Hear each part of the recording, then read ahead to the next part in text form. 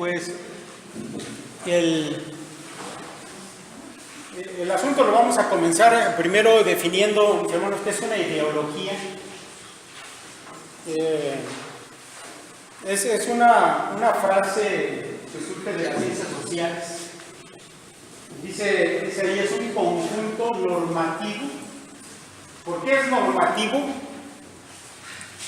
Porque se establece como obligatorio dentro de una sociedad para que un grupo de personas o una persona pueda encajar dentro de esa sociedad. Debe observar obligatoriamente ciertas ideas que sean compatibles con el resto de la sociedad. Por eso se menciona como normativo.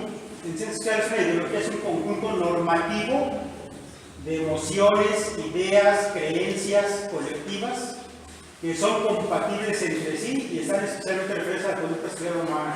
¿Y por qué es normativo? Porque es obligatorio. Si quieres caber dentro de una sociedad, tu ideología, es decir, tu sentir, emociones, tus ideas y tus creencias no deben chocar contra las de la sociedad en la que vives, ¿sale? Sin embargo, bueno, hay que ir aclarando que una ideología no es algo que surge de manera normal y espontánea dentro de una sociedad. Una ideología es algo que más bien se va introduciendo o se va imponiendo a un grupo o a una sociedad. Las ideologías describen y postulan modos de actuar sobre la realidad colectiva. Describen y postulan. ¿Sale? En una sociedad que tiene un comportamiento, unas creencias, unas formas de sentir o de pensar, se le postula, dice, o se le describen formas de cambiar sus maneras de todo eso. ¿Sale? Dice, ya sea sobre el sistema general de la sociedad o en uno o varios de sus sistemas específicos. Las cuestiones de emociones, ideas, creencias pueden quererse implantar a toda una sociedad o tal vez solamente a algunas partes de la sociedad, por ejemplo, la cuestión económica, social, científica, tecnológica, política, cultural, moral, religiosa, etcétera. ¿Sale? Así que una ideología puede estar enfocada solamente a uno de estos aspectos o puede estar enfocada a todo el sistema en general. ¿Sale? Son formas de pensar, de sentir, de creer, que no han surgido de la sociedad de manera natural, sino que se diseñan y se le imponen a esa sociedad. ¿Sale? Eso es importante que lo visualicemos, que lo notemos. ¿Sale? Gracias. Las ideologías suelen constar de dos componentes. Número uno, es una representación del sistema y un programa de acción. Son los dos componentes. La representación proporciona un punto de vista propio sobre la realidad vigente, observándola desde una determinada perspectiva compuesta por emociones, percepciones, creencias, ideas, razonamientos, a partir de las cuales se analiza y compara con un sistema real o ideal alternativo. ¿Sabe cuál es la primera parte de la ideología? La representación. Es decir, vamos a suponer que yo quiero cambiar la manera de creer, de pensar, de sentir en una sociedad. Lo primero que yo tengo que hacer es esto, tener una representación. Yo observo aquella sociedad y distingo las cosas que yo quiero que cambien. ¿Sabe? Eso es lo primero. Y después se va a comparar con lo que yo quiero que esa sociedad llegue a ser. ¿Sabe? Yo tengo una sociedad a lo mejor que es supersticiosa, que cree en las hechicerías, en la magia, en situaciones de ese tipo. Entonces yo la tengo que visualizar, que es saber qué es lo que ella piensa, lo que cree, por qué lo hace, y a la vez tengo un modelo hacia donde yo quiero que esa sociedad se dirija. ¿Sale? Ese es el primer paso. El segundo paso, el programa de acción, tiene como objetivo acercar en lo posible el sistema real existente al sistema ideal pretendido ¿Sale? Ahora yo debo tener un plan para hacer que esta sociedad, que es supersticiosa, ignorante, deje de serlo y llegue a adquirir una forma de pensar, de sentir, de creer diferente a lo que yo quiero. ¿Sale? Yo no quiero que sea supersticiosa, quiero que tenga un conocimiento más bien basado en la ciencia. Bueno, debo tener un plan de acción para hacer que esa sociedad se mueva hacia ahí. ¿Sale? Esa es una ideología. Eso es lo primero que tenemos que ir visualizando. ¿Vale? Ahora, en la ideología de género, de género, vamos a ver que precisamente eso es lo que se hace. Se visualiza una sociedad que tiene una manera de creer, de pensar, de sentir, sobre todo en los países occidentales, basadas en la religión judeocristiana. Esa es la visión que ellos tienen, los diseñadores de la ideología de género, y la quieren cambiar hacia otra situación, ¿sale? Pero vamos a llegar a eso en su momento, vamos a ver de qué manera lo han planteado. Bueno, siguiendo con el asunto de la ideología, dice, por su receptividad frente al cambio, hay ideologías que pretenden la conservación. Si hay algunas ideologías que dicen, bueno, es que esta sociedad está bien, yo creo que hay que reforzar simplemente que se mantengan sus ideas, y se llaman ideologías conservadoras. No quieren cambiar, quieren que se mantenga la manera de ser de la sociedad, de creer, de pensar, etc. ¿Sale? Hay otras ideologías, dice esto, que piensan en una transformación radical y súbita, y eso se le llama revolucionarias. Sí, cuando yo quiero que deje de ser totalmente esto que es, para cambiar a otra cosa diferente, a eso se le llama una ideología revolucionaria. ¿Sale? Hay otras donde el cambio es gradual y se les llama reformistas. ¿Sale? Hay otras, dice que se habla de la readopción de un sistema previamente existente, restaurativa, ¿sí? Esta sociedad hace 100 años era de tal manera, ha venido cambiando, pero yo no quiero que cambie, yo quiero que vuelva a lo que era hace 100 años. Esa sería una ideología restaurativa. Cuando estamos hablando de ideología de género, esa caería dentro de una transformación revolucionaria. De hecho, la ideología de género va a estar ligada a la palabra revolución. Y eso mis hermanos, la palabra revolución está ligada a una doctrina, a una filosofía que es la marxista. La ideología de género, tal vez les va a sonar un poco raro, pero está ligada, está conectada en su origen con el marxismo. El marxismo habla acerca de revolución, ¿sale? Y ahorita vamos a enfocarnos a eso y vamos a explicar por qué parte de allí el asunto de la ideología de género, ¿sale? Entonces, bueno, espero estar siendo claro en lo que es una ideología y qué tipo de ideología es cuando estamos hablando aquí. Bueno, sí, revolucionaria.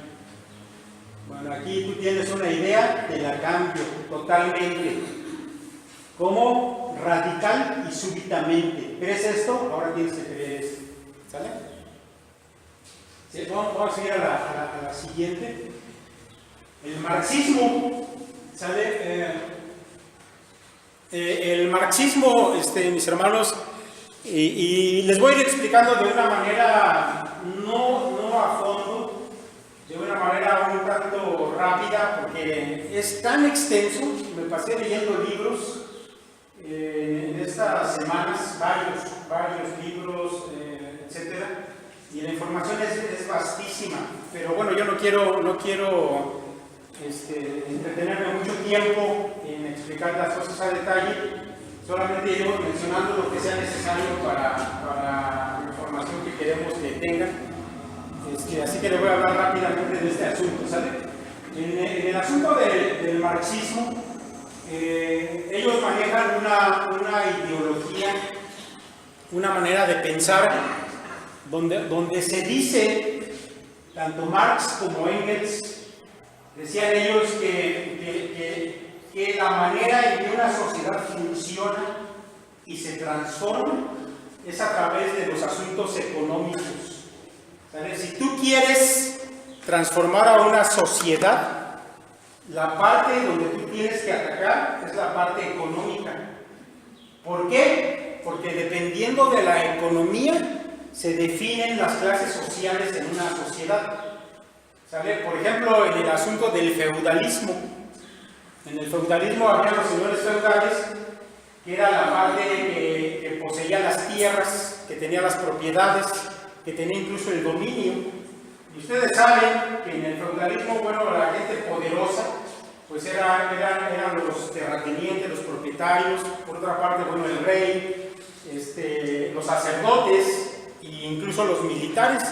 ¿Y quién era la clase de abajo? Pues era el esclavismo, los esclavos.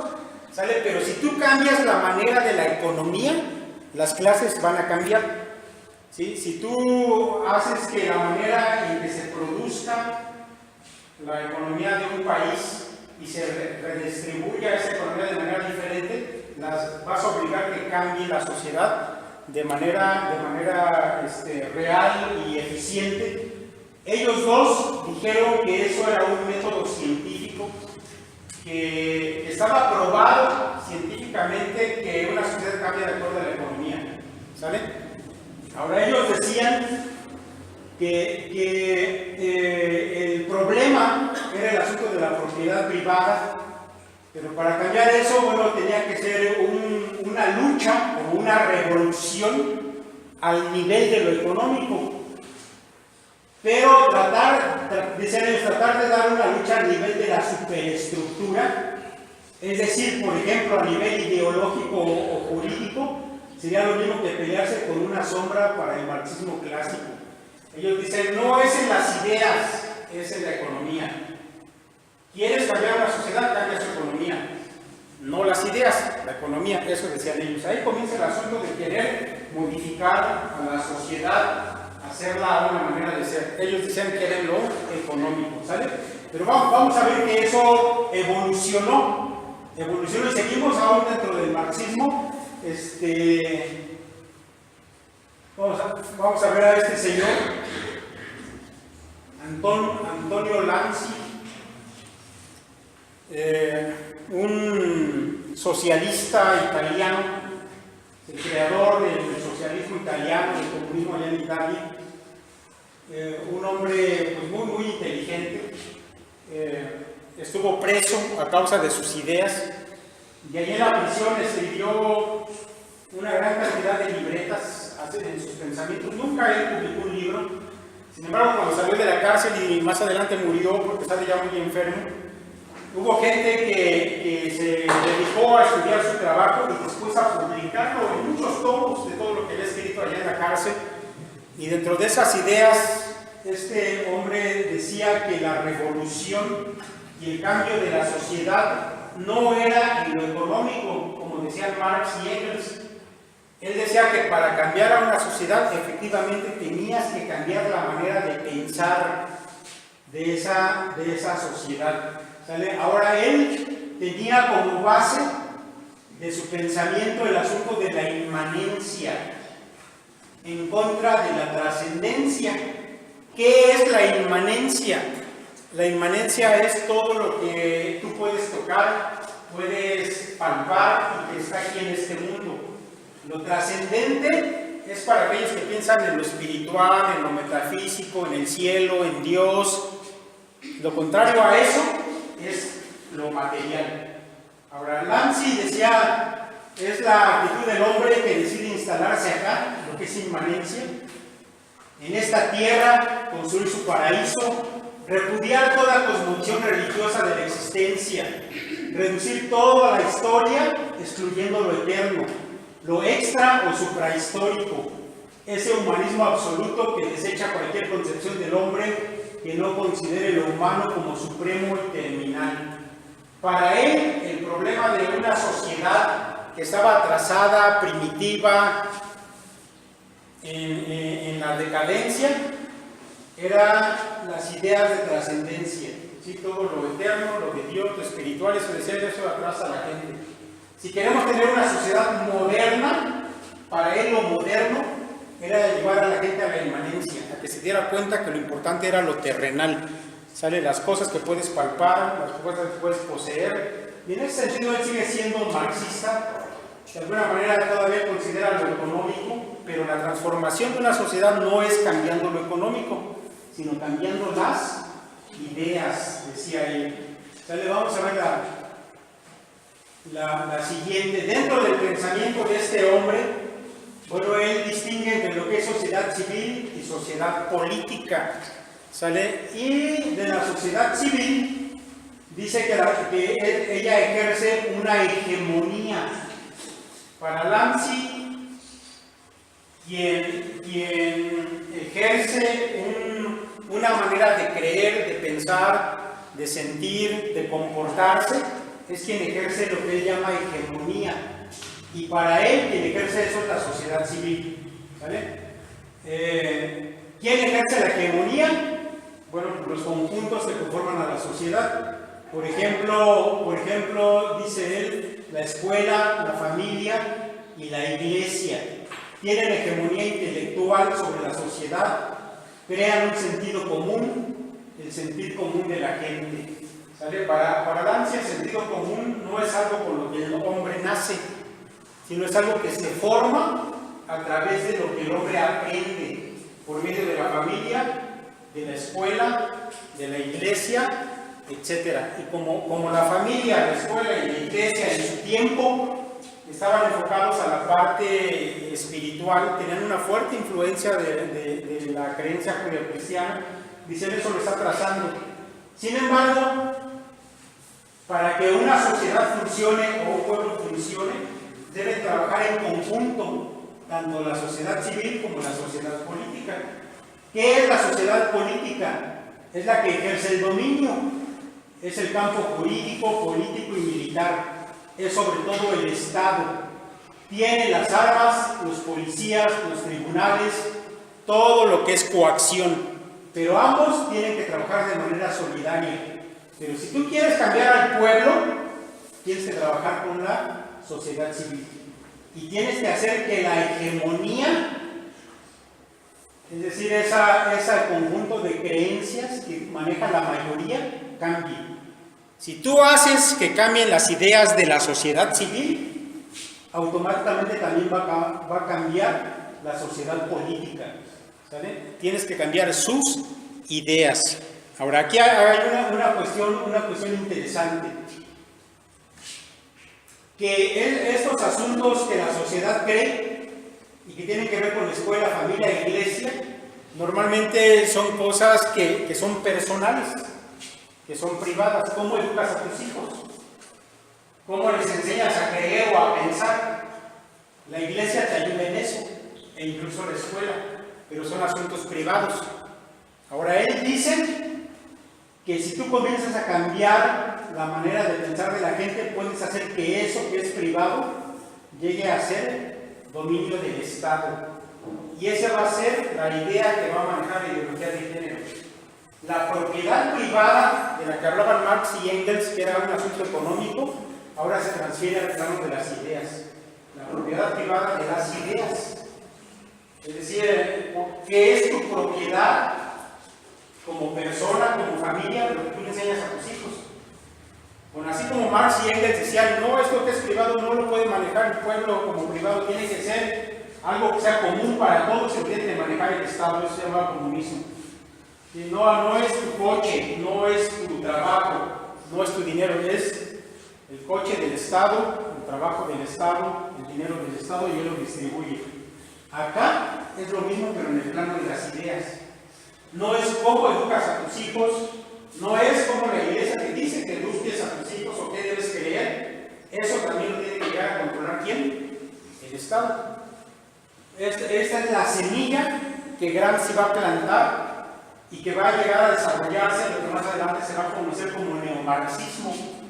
Ahora, hay muchos que piensan que el marxismo se terminó con la caída de la Unión Soviética hace algunos años, y desapareció, ¿verdad? La Unión Soviética, ahora Rusia y otros países que surgieron de lo que antes era la gran Unión Soviética, pero no, el marxismo no terminó allí, el marxismo sigue existiendo, solamente que ahora, en lugar de tomar como el grupo que proclamó el marxismo al proletariado en contra de la burguesía, economía, ahora va a tomar a la sociedad civil y sus ideas.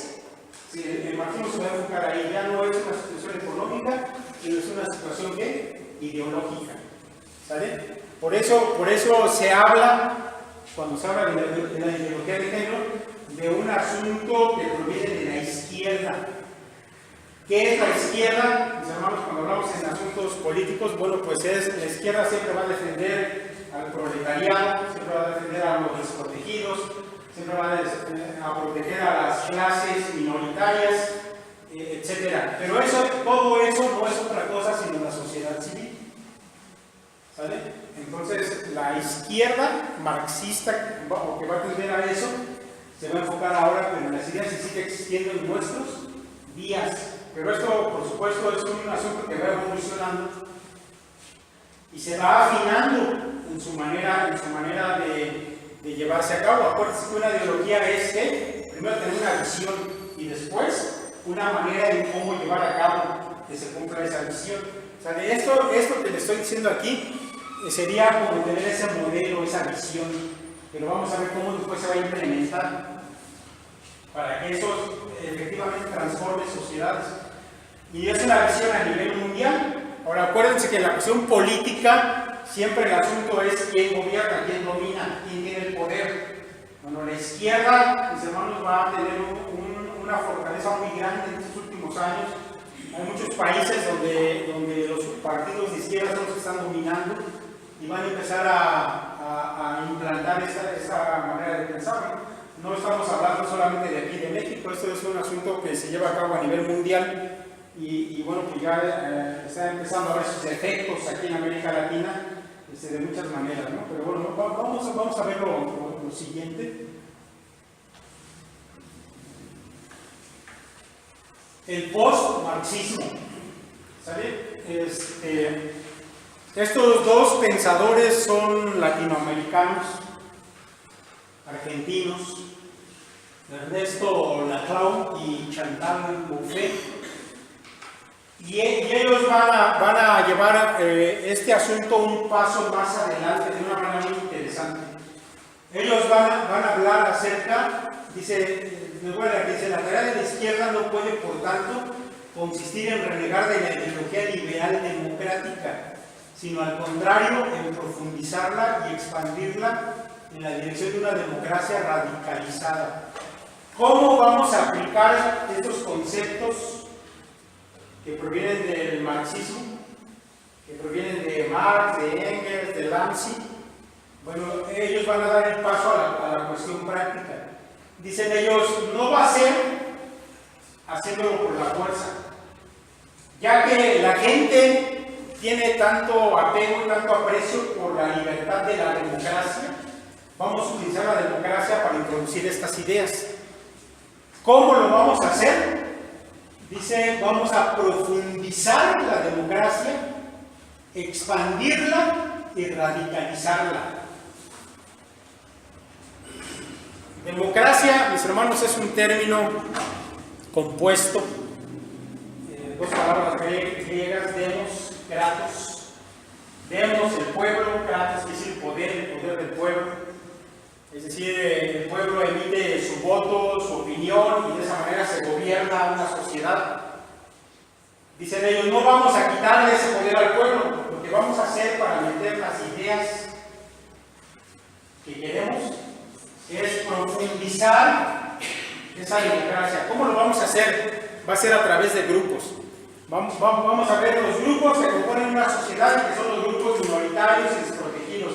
A ver, tenemos por acá a los campesinos, tenemos a los homosexuales, tenemos a la gente que vive en pobreza extrema, tenemos aquí a los transgénero, etc. Lo que vamos a hacer es que les vamos a decir a cada uno de ellos que deben luchar por sus derechos, vamos a profundizar y a radicalizar. Así que tú, campesino, lucha por tus derechos. Tienes que imponer, que reclamar. Tú, homosexual, también.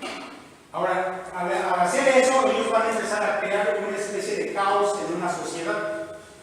Y eso va a hacer que les facilite introducir ideas. Ahora, ellos van a buscar que las ideas que se introduzcan ensamblen a todos estos bajo una misma bandera. Y de esa manera se va a lograr que tengan una ideología.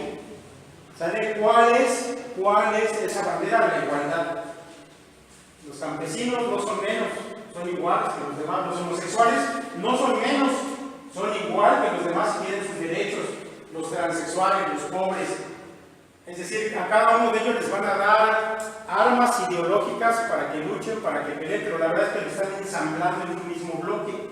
De manera que el asunto del marxismo, que dividía entre la cuestión del proletariado y la burguesía, pues ahora se vuelve a retomar, pero en el plano de ideas solamente. ¿Vale? Así que por eso vemos tantos movimientos que luchan, todos ellos reclaman los asuntos de sus derechos, pero aquí hay algo muy interesante.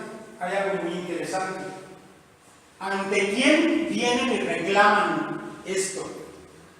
A ver, por ejemplo, el asunto de los homosexuales. ¿A quién le piden que reconozca sus derechos? En primer lugar, al Estado. ¿Sale? Que quiero adoptar hijos como pareja homosexual, ¿a quién se lo reclamo? Al Estado.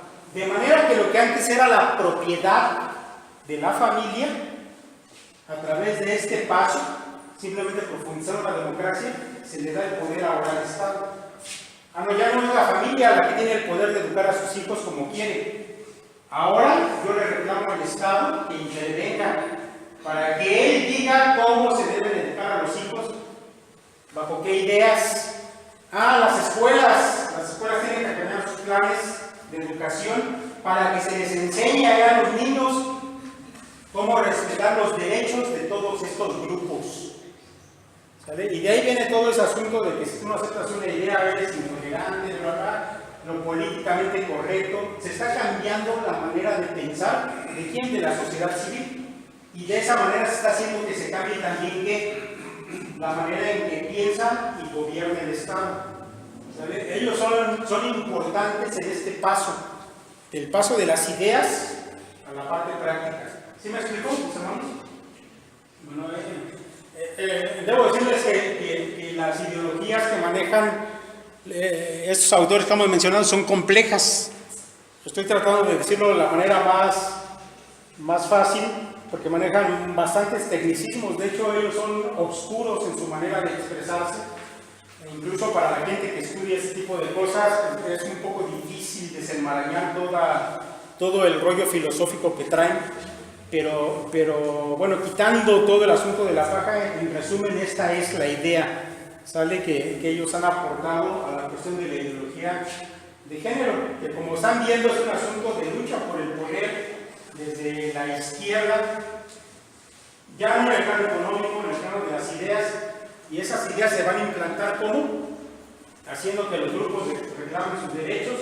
¿A quién se lo reclaman? Al Estado. El Estado va a empezar a quitar lo que antes pertenecía o era propiedad en ese plano de ideas a la familia, a la iglesia, a las escuelas. ¿Sale? Vamos a ver la que sigue.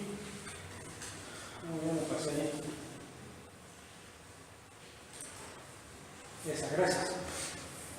Otros antecedentes para esta ideología de género, el marxismo, ya vimos a Gramsci y vimos el posmarxismo.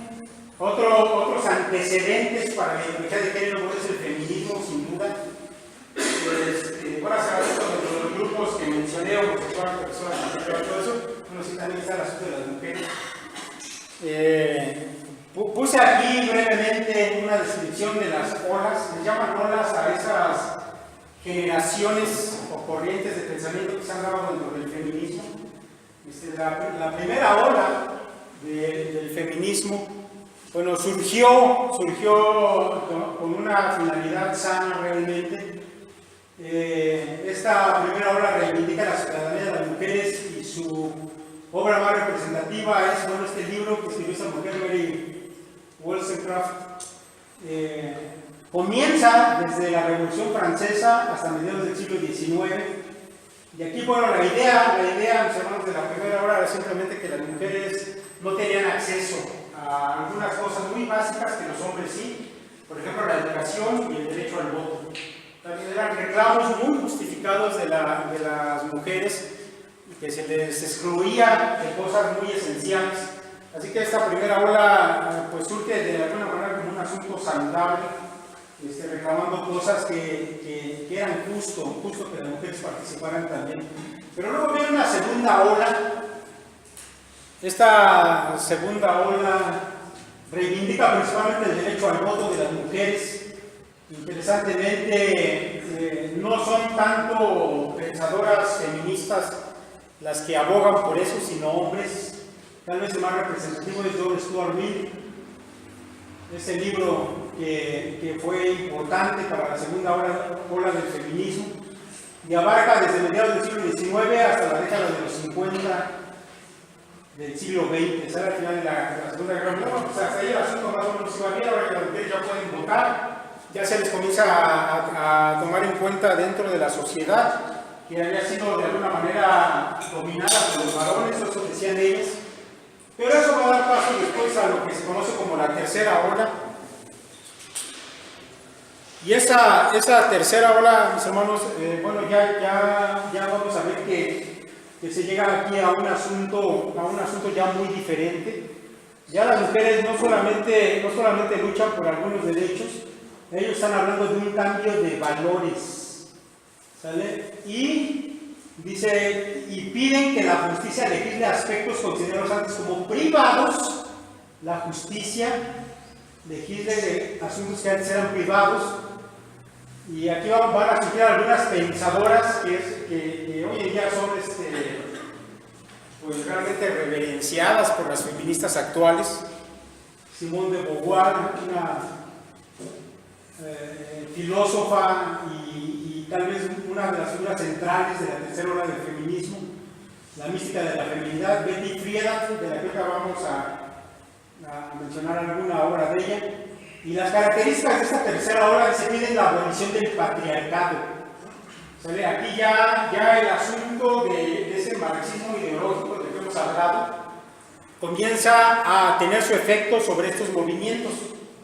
Aquí ya se ha dicho que las mujeres hasta ese momento habían sido, hagan de cuenta, así como en la época feudal, ellas eran las esclavas. Y los señores feudales, o el rey era el marido, de hecho así lo manejaban. Decían, así como en la sociedad había una clase burguesa y una clase esclavizada o trabajadora, dentro de las casas también. En las casas, las mujeres eran las esclavas y los que mandaban y se beneficiaban eran los varones. Eso les hicieron creer a las mujeres. Así que tu enemigo ya no es el Estado, ya no es el rey, ya no es el señor feudal. Tu enemigo ahora es tu marido. Así que te tienes que rebelar en contra de tu marido y de reclamar tus derechos. Bueno, esa tercera ola, eso es lo que pedía. Sale a la abolición del patriarcado. Se toma conciencia de que es la estructura social la que provoca desigualdades y sigue estableciendo jerarquías que benefician a los varones.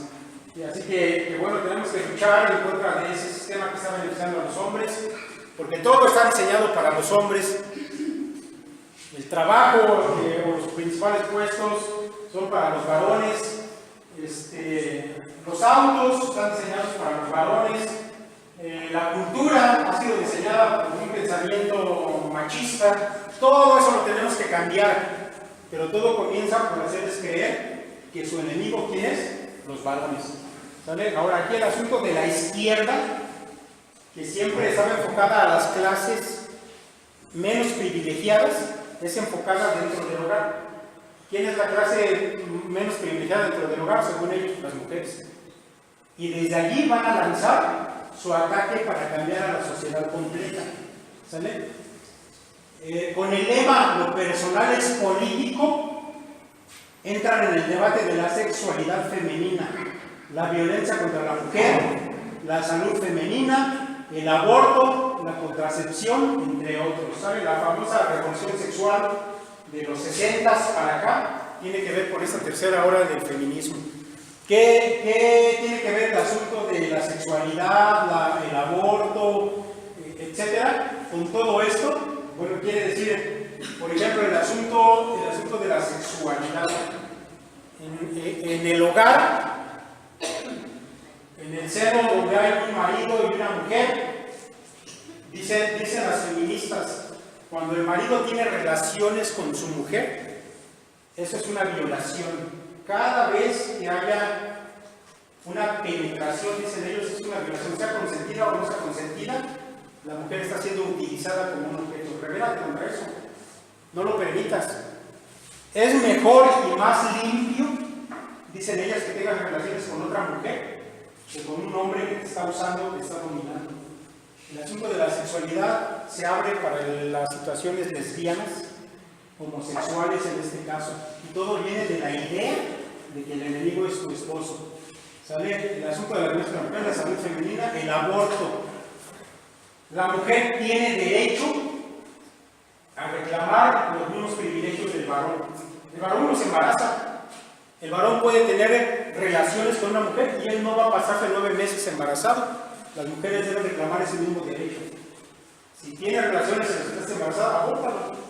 Porque lo necesario es que tú seas exactamente igual que el varón y exijas esos derechos que él también tiene, los privilegios que él maneja, ¿no? La contracepción es el uso de métodos anticonceptivos, etc. ¿Sabe? Eso está dentro de lo que se conoce como revolución sexual y cae dentro del asunto del feminismo. La tercera ola, como vieron, primera ola, segunda ola, bien, todo iba en un asunto, me parece justo, pero cuando se introduce la ideología dentro de ese movimiento lo transforma totalmente.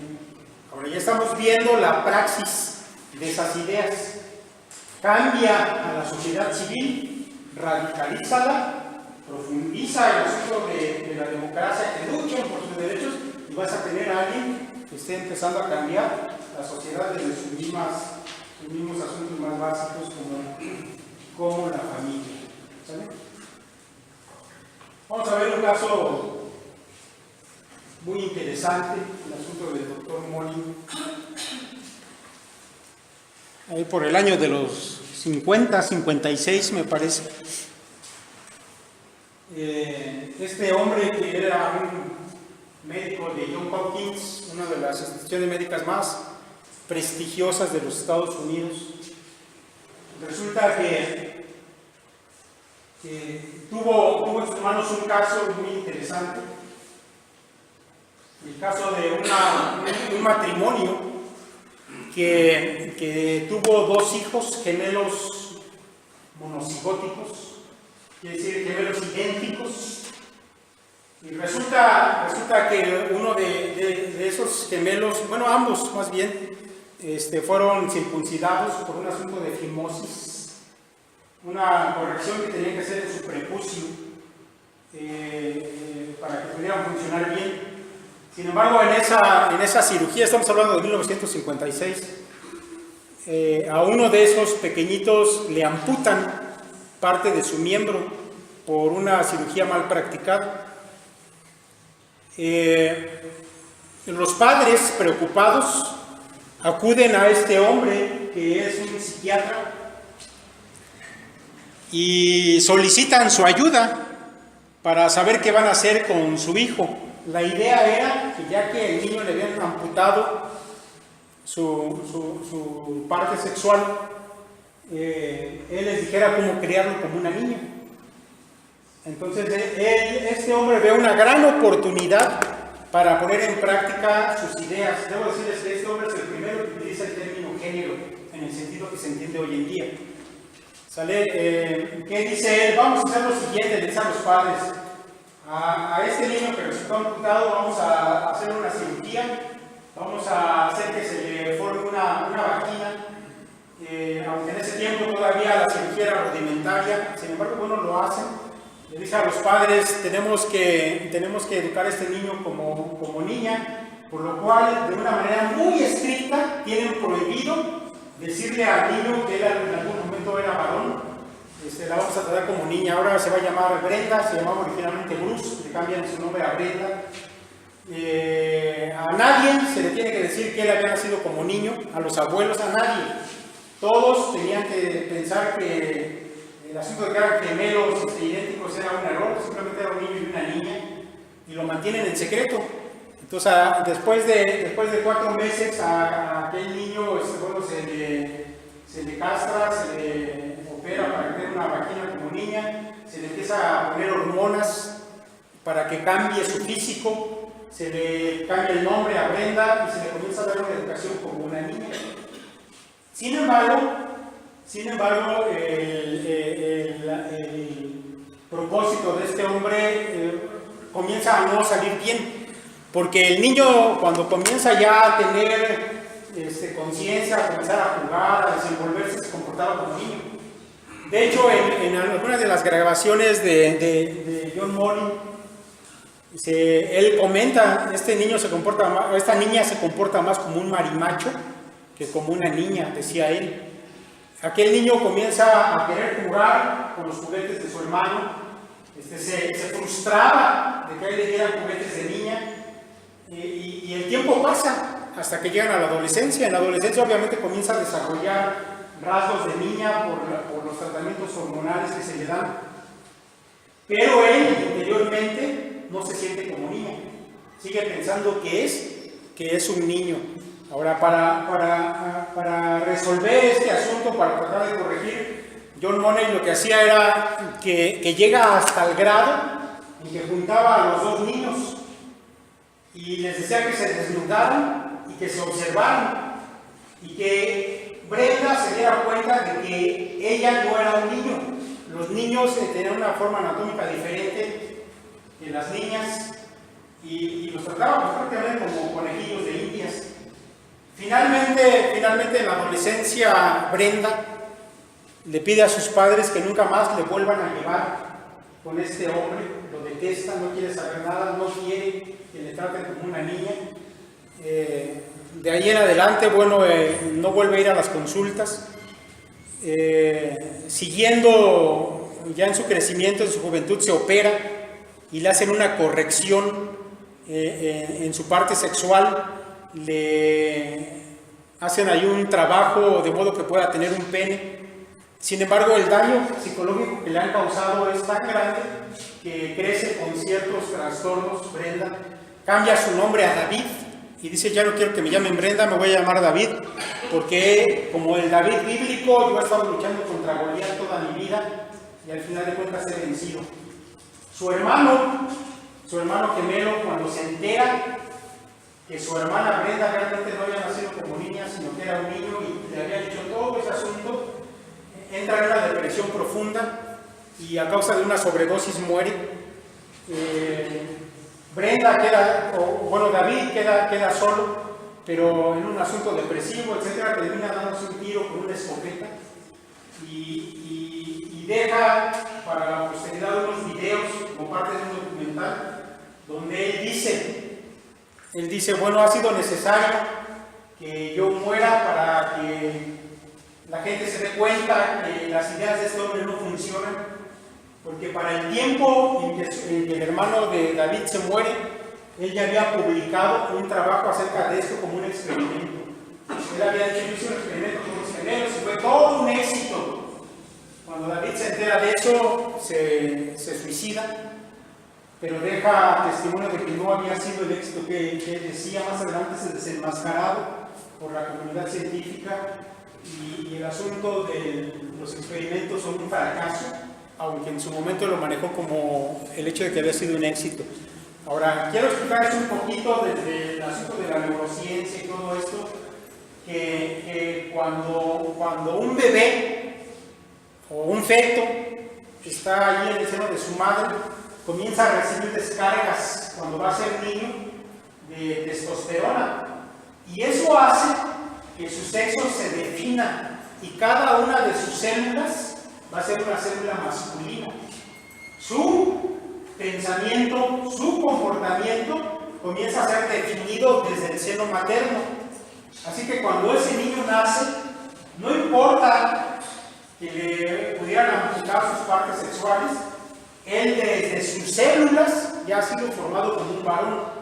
Por eso es que en el caso de Bruce, Brenda, David, que es el mismo, no importa que lo hubieran mutilado accidentalmente, él en cada parte de su cerebro, el cerebro masculino y femenino son diferentes, él tenía un cerebro masculino y sus células eran masculinas, y él sabía que era varón, aun cuando lo quisieron engañar. Eso no funciona, ¿sale? Así que estos experimentos demuestran solamente que el sexo es determinado por una situación biológica, ¿sale? Eso quédenselo ahí en su mente.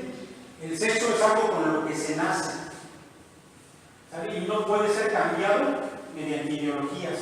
Sin embargo, este es un antecedente y es el primero que comienza a utilizar la palabra género, así como la conocemos el día de hoy.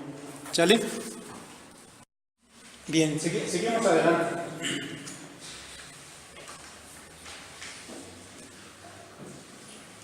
¿Qué es la ideología de género? Después de todo esto que se ha dicho, el marxismo, el posmarxismo, el feminismo, la medicina de cambios de sexo, etcétera, todos son antecedentes a lo que hoy en día se viene a conocer como ideología de género.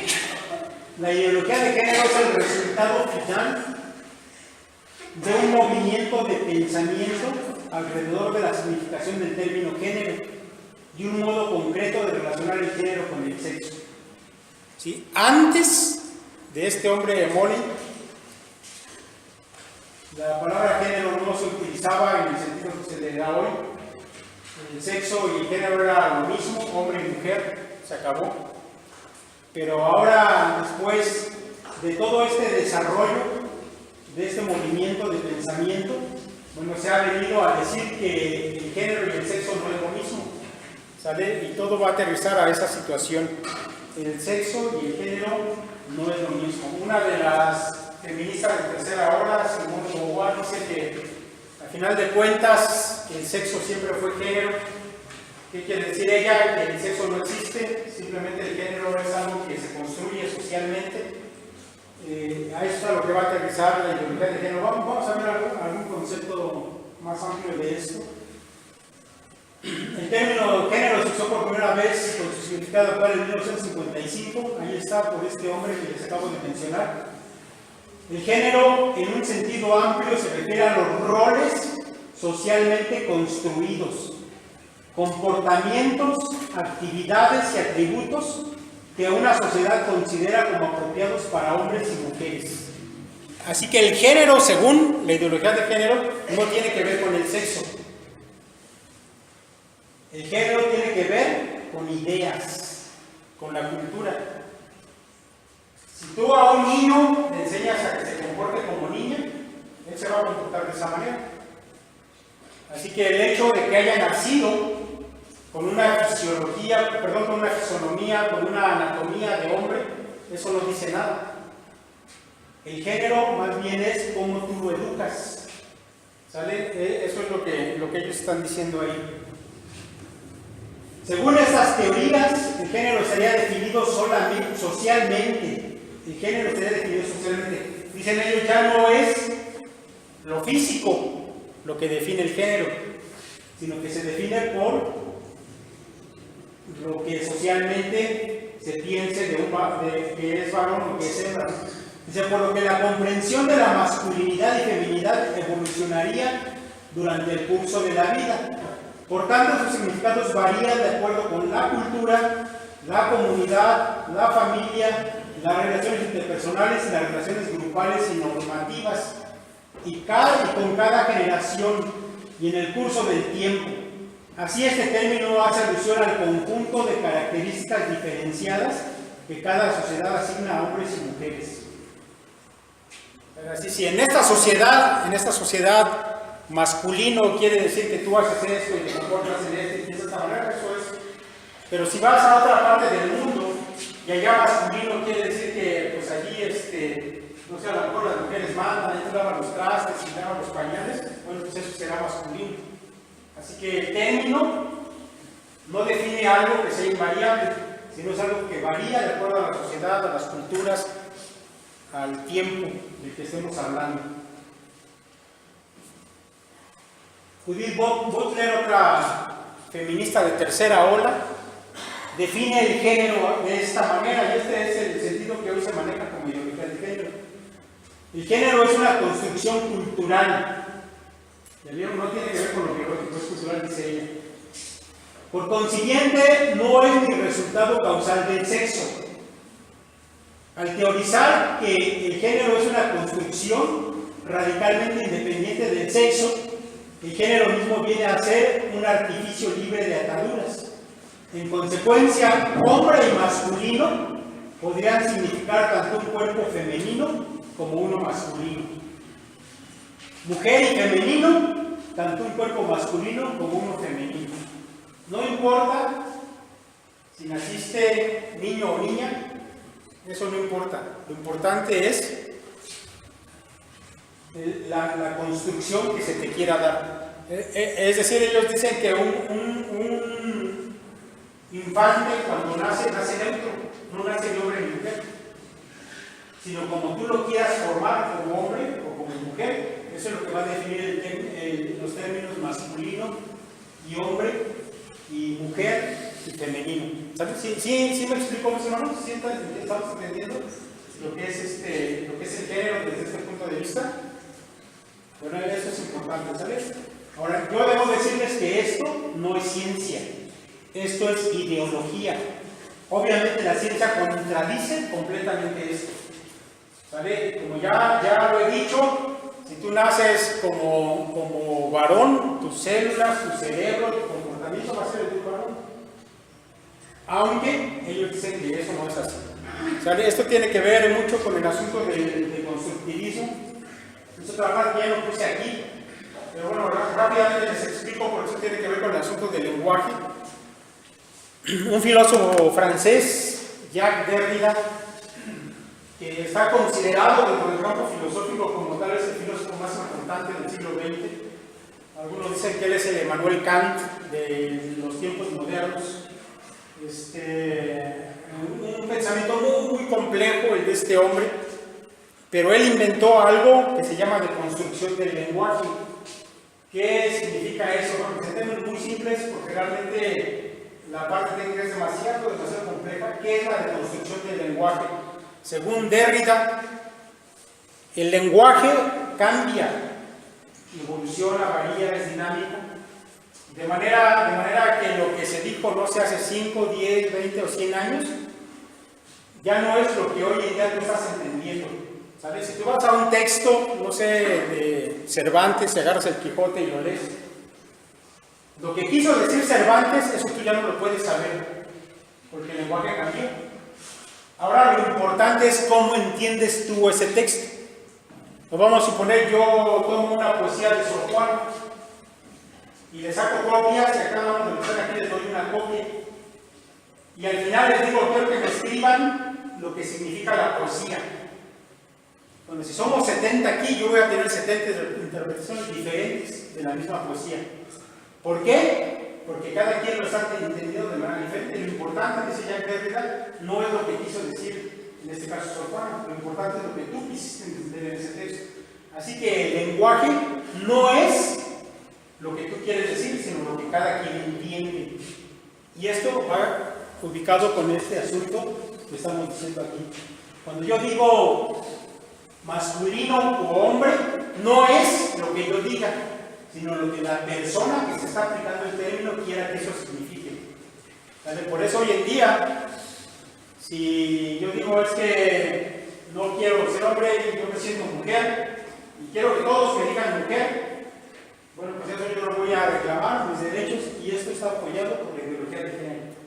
¿Sabe? La deconstrucción del lenguaje es lo que finalmente define lo que cada quien es. ¿Qué es lo que tú entiendes? ¿Qué es lo que tú quieres ser? ¿Cuáles son tus deseos? Eso, mis hermanos, es hasta lo que está marcando. Ahora, el problema con todo esto es que el Estado está tomando cartas en el asunto, como lo explicamos con el marxismo y con el marxismo. Ahora, mis hermanos, las escuelas van a tener que enseñar esto. Ahora no es responsabilidad ni privilegios de los padres educar a sus hijos, si es un niño como un niño y si es niña como una niña. Ahora es el Estado el que va a decidir que un niño es neutro y que tiene que ser educado dentro, o darle libertad dentro de lo que el niño siente o lo que el niño quiere ser. ¿Sale? Ese asunto de la propiedad privada que está llevando a la praxis en el plano de las ideas, y el Estado va a tomar cartas en el asunto.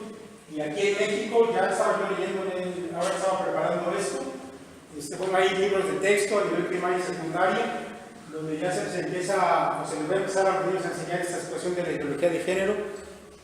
Si los niños se sienten como niñas, pues tienen que externarlo. El asunto de la sexualidad libre también se les tiene que enseñar a los niños. La cuestión de la masturbación como un asunto normal se les va a enseñar a los niños desde la primaria y la secundaria.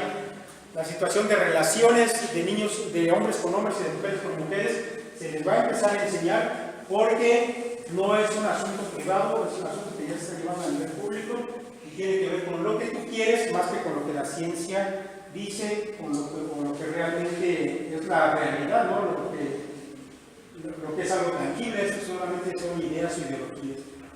Bueno, vamos a lo que sigue.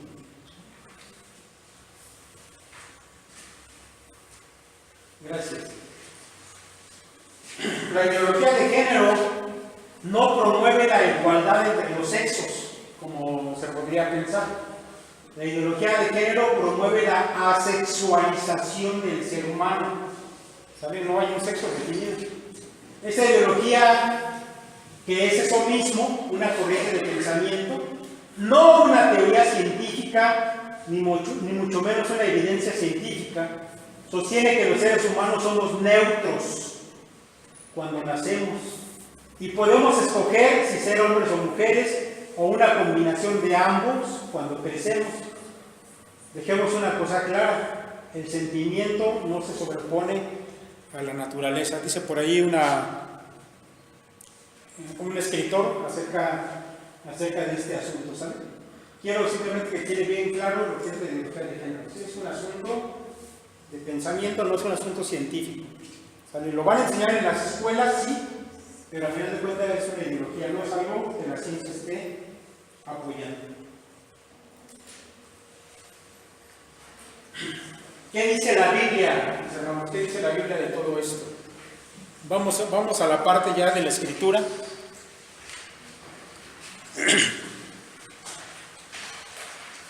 Vamos a ver esta parte y después vamos a tomar un receso para que estiren un poco las piernas y tomen por ahí café y hielo. Es que vamos a pasar esta parte y luego vamos a descansar un poco.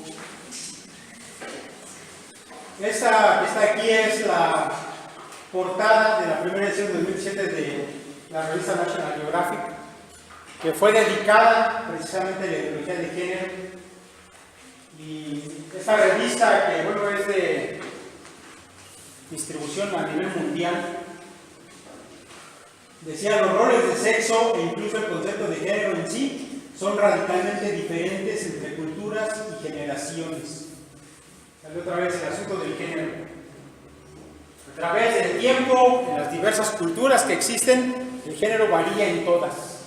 No se puede decir con certeza qué es ser hombre y qué es ser mujer, depende de qué cultura estés, dice la revista National Geographic, ¿sabes?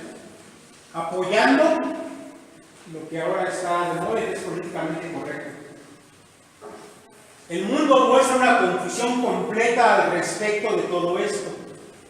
Y por supuesto, seguir a la cultura del mundo trae confusión. ¿Sale? Mis hermanos, la cuestión de las corrientes de pensamiento, cuando nos enganchamos con esas corrientes de pensamiento, con las filosofías que el mundo está manejando, si son filosofías confusas, lo que van a traer a tu mente es confusión. Pero nosotros, mis hermanos, como cristianos, no tenemos que engancharnos con esas cosas. ¿Sí? Para nosotros, mis hermanos, la palabra de Dios nos da enseñanzas que no cambian con la cultura, porque la palabra de Dios es atemporal. Mientras que lo que enseñan ellos es que, dependiendo de la época, el tiempo, el lugar en que vivas, cambian las cosas.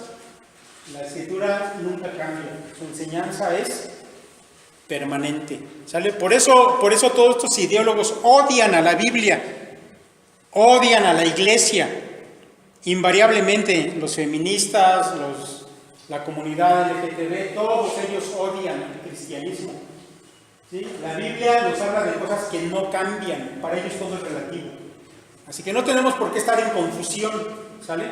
Porque nosotros sí tenemos una base sólida que no se mueve, que permanece. Eso es lo primero.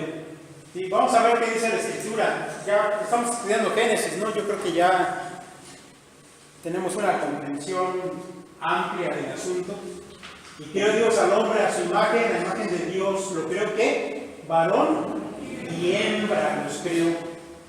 La Biblia es clara, Dios creó dos sexos, varón y hembra, no hay más. ¿Sabe? Incluso bajo la ley del Antiguo Testamento se consideraba una abominación que un hombre usara ropa de mujer o una mujer usara ropa de hombre. Ahí está el texto. ¿Por qué era una abominación? Porque las naciones que vivían alrededor del pueblo judío acostumbraban a hacer esto. El travestismo, la homosexualidad y todo eso, mis hermanos, no es nuevo. Ha existido desde la antigüedad. Pero para el pueblo de Dios, siempre Dios insistió en que ellos no se dejaran llevar por esas ideas. Debería haber una distinción clara entre lo que es un hombre y lo que es una mujer. Este asunto de confundir las cosas, desde tiempos del Antiguo Testamento, Dios ya lo estaba guardando, lo estaba resguardando. Debe haber un asunto diferenciado. Los hombres y las mujeres no son iguales en su parte funcional, como lo vamos a ver ahorita, ¿sale? Dice el apóstol Pablo lo siguiente: ya no hay judío ni griego, no hay esclavo ni libre, no hay varón ni mujer, porque todos vosotros sois uno en Cristo Jesús. No está Pablo apoyando la ideología de género, está diciendo otra cosa, ¿verdad?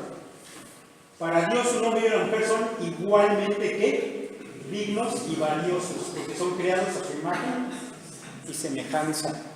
En ese sentido, mis hermanos, no hay desigualdad dentro del concepto bíblico. Ese asunto de que en tu casa el enemigo es tu esposo, eso dentro de los conceptos bíblicos no existe. El hombre y la mujer son iguales en dignidad delante de Dios. Palabras del apóstol Pablo. Sin embargo, el hombre y la mujer sí son distintos en otro sentido, en el sentido funcional. Dios diseñó a ambos sexos para que se cumplieran distintas funciones y pudieran complementarse en distintas funciones. El cuerpo del varón y el cuerpo de la mujer son diferentes. El cerebro del hombre y el cerebro de la mujer son distintos. Y pudiéramos aquí enumerar una serie de características que los hacen diferentes, pero ya lo hemos dicho en otras ocasiones. Pero además no hace falta, porque a toda vista, mis hermanos, pues eso es obvio. Los hombres y las mujeres son diferentes. ¿Por qué? Porque cumplen funciones distintas. Dios los diseñó para eso. Y de esa manera se complementan. Eso que dicen algunas mujeres: yo no necesito a los hombres, yo puedo sola, yo cuido a mis hijos solos. Mentira. Nunca se va a poder comparar una familia con papá y mamá y los hijos que resultan de una mamá sola con sus hijos o un papá solo con sus hijos. ¿Por qué? Son necesarios. Porque cumplen funciones distintas y complementarias. Es evidente incluso desde el punto de vista anatómico y biológico que el hombre y la mujer son distintos. Sus mentes y cuerpos funcionan de distintas maneras. ¿Sale? Dice, Dios explícitamente nos muestra que existen distintos roles que el hombre y la mujer desempeñan en la sociedad, la iglesia y el hogar, que son, si se dan cuenta, los ámbitos que están siendo atacados por la ideología de género. ¿Sale? La sociedad, la iglesia, el hogar. Pero la Biblia nos dice que para hombres y para mujeres los roles son diferentes, pero además no debemos tener confusión. La Biblia también te habla de qué roles estamos hablando. Y voy a poner solamente unos textos a manera de ejemplo, aunque son muchos más. Sí, pero como no nos quiero tener aquí 5 horas, bueno, vamos a ver solamente algunos textos que nos hablan de roles definidos en una palabra de Dios. Ahora, yo sé, y de antemano lo digo, Yo sé que a muchos no les gustan los roles que la Biblia define, pero es la palabra de Dios. La otra opción es irte con las ideologías del mundo. Preferimos acogernos a lo que la palabra de Dios dice.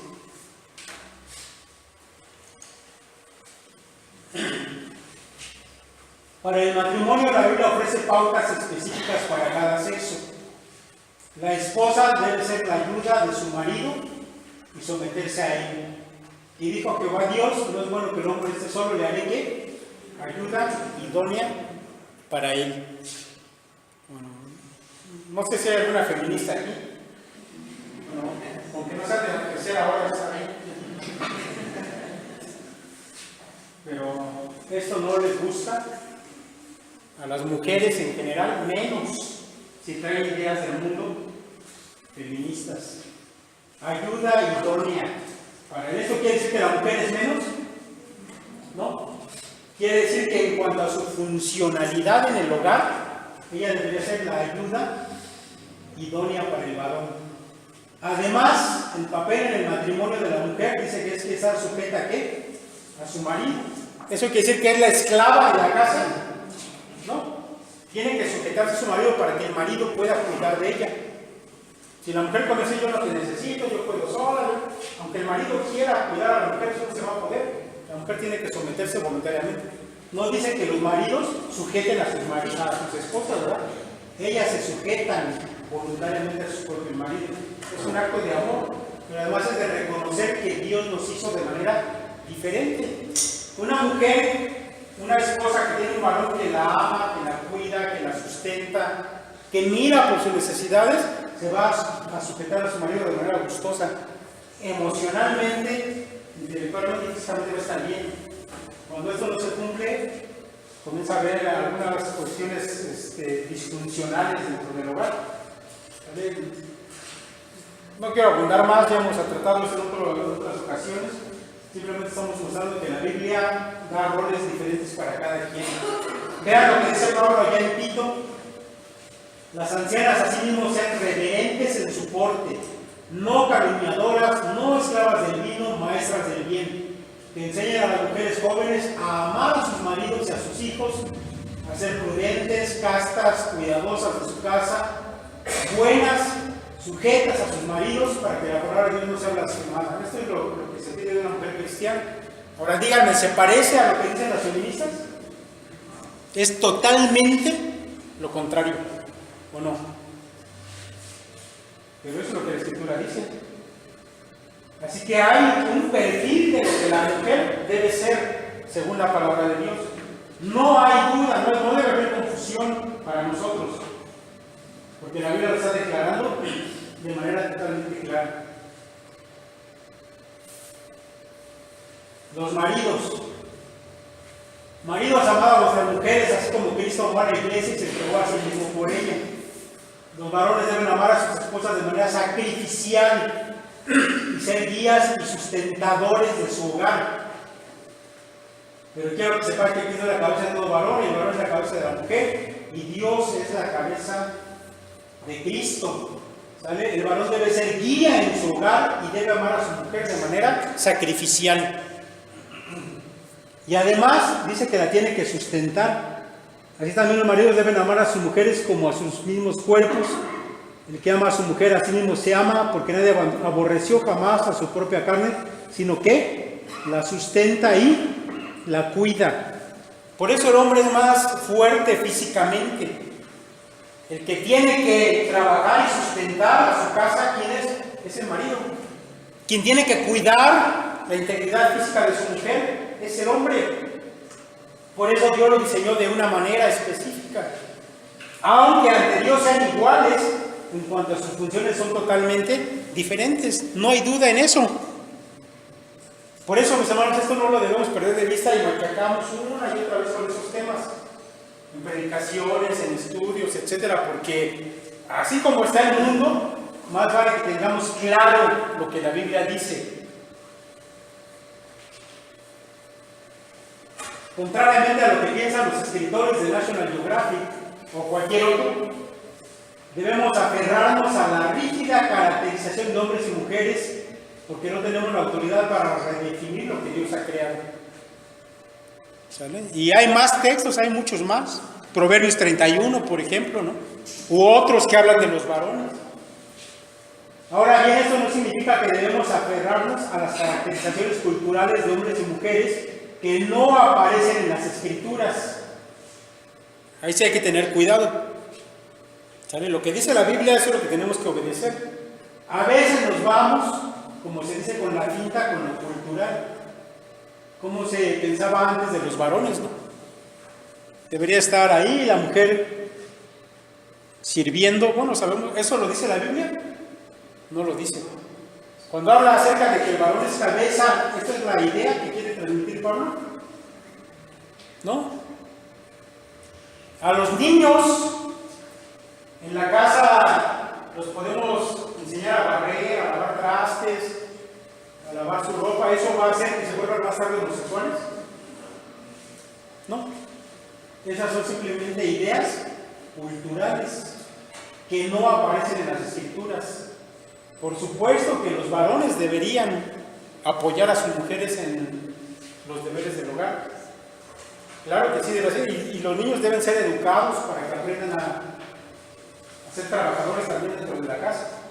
Sí, pero hay que tener cuidado con eso, ¿sale? A lo largo de la historia las sociedades han impuesto normas a hombres y mujeres y los han tratado como doctrinas inmutables, cuando en realidad son construcciones artificiales. Cuidado de no irnos por el otro lado, ¿sale? No decir, bueno, no, la libertad de género, no, pero lo que decía mi abuelito y mi abuelita sí, no, es lo que dice la Escritura, ¿sale?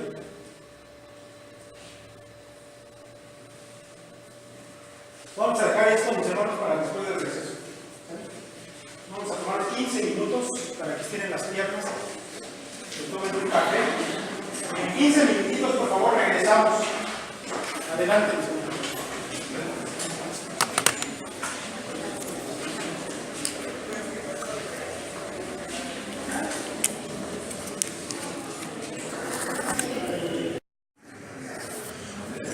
Bien, mis hermanos, vamos a continuar. Por último, a ver, pues, algunas recomendaciones de cómo enfrentar todo esto que ya está introduciéndose aquí en nuestra sociedad de México, en las escuelas, etcétera. Bueno, vamos a ver algunas ideas de cómo hacerlo desde el hogar, en la escuela y finalmente pues en la sociedad. Vamos a comenzar con esto, con el asunto del hogar.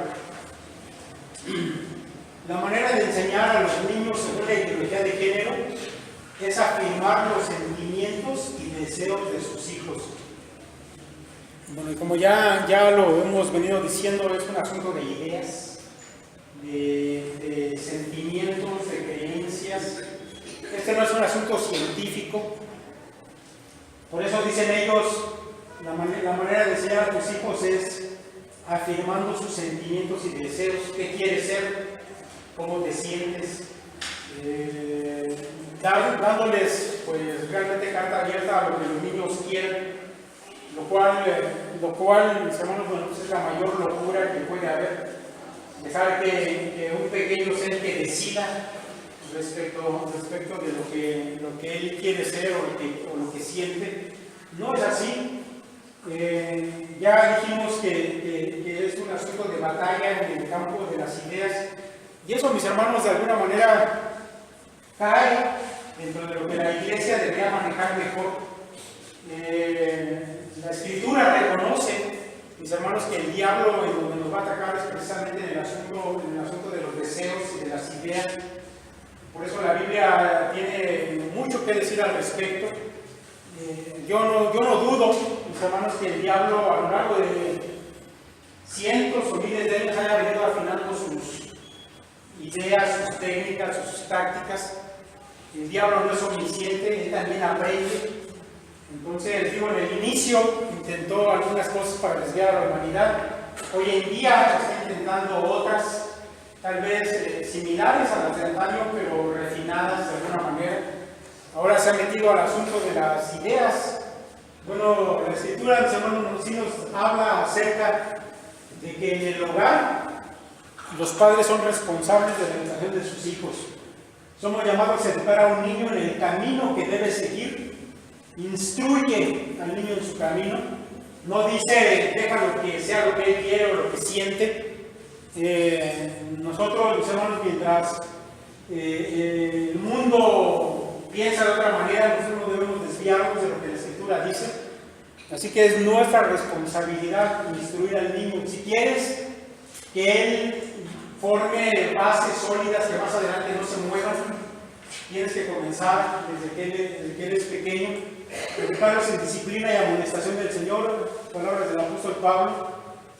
Pero eso, mis hermanos, tiene una importancia muy grande. La ideología de género no va a escatimar en recursos para que sus ideas se introduzcan en la cabeza de tus hijos. Si es necesario, ella va a presionar al gobierno, van a imprimir libros, lo van a pasar en programas de televisión, lo van a estar viendo los niños en la red. Va a ser un bombardeo muy grande para dirigirlos hacia esto. La forma en que los marxistas y los marxistas entendían que una sociedad recibe sus ideas, sus creencias, sus sentimientos era a través de la literatura, de las artes, de lo que se les llama en las escuelas, en las iglesias. Así que la ideología de género va a marchar hacia eso, va a querer introducir sus ideas por esas vías. Pero hoy en día, con el internet, la televisión, etcétera, todo eso puede entrar hasta dentro de tu casa cuando tú no te das cuenta y tus hijos están viendo la televisión, están teniendo acceso a internet. Por eso el asunto de la educación, mis hermanos, es primordial, es esencial. Tienes una batalla difícil que ganar, porque ellos no escatiman en los recursos con tal de introducir eso en la mente de tus hijos. Tú tienes, pues, que tomar esas recomendaciones con toda seriedad.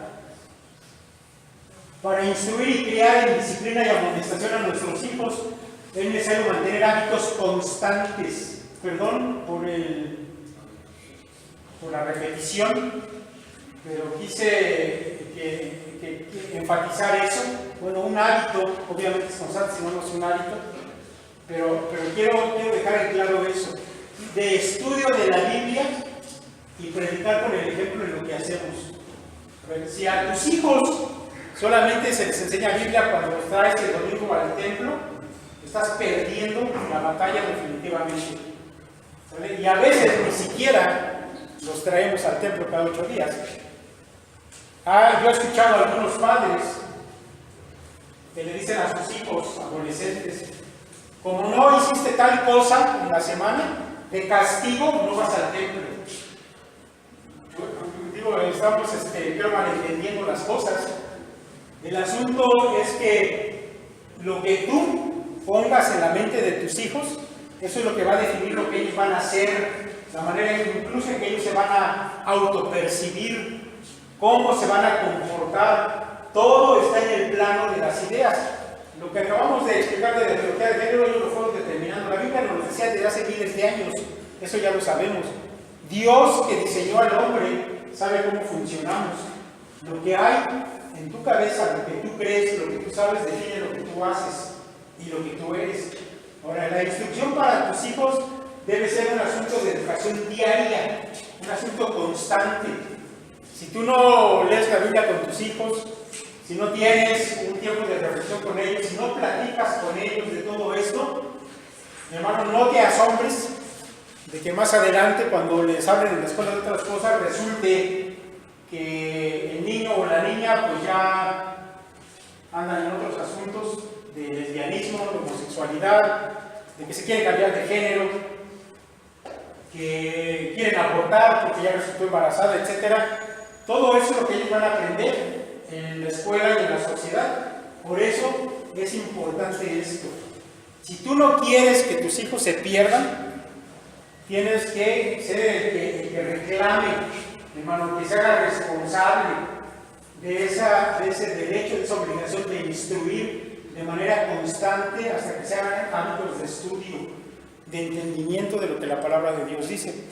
Ahora, si durante un tiempo, mientras tu hijo es pequeño, 5, 6, 7, no sé, 12 años, tú le has inculcado esto, no va a ser movido por otro tipo de asuntos, ¿vale? Pero si tú no trabajas con esto, estás perdiendo ya.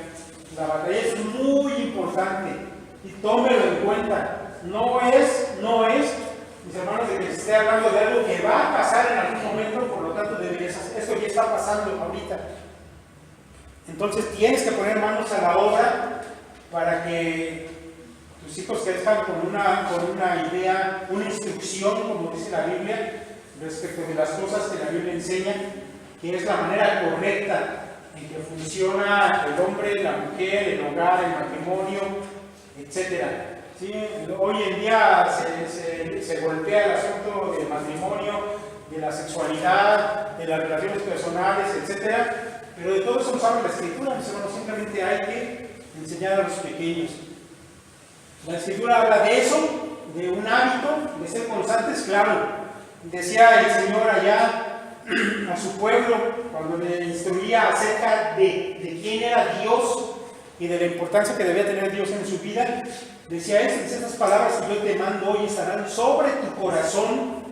Cuando habla aquí el corazón, está hablando de la mente. El corazón para los orientales no es la parte de los sentimientos como lo entendemos nosotros. El corazón tiene que ver con el razonamiento, la toma de decisiones, las ideas, etcétera, ¿sale?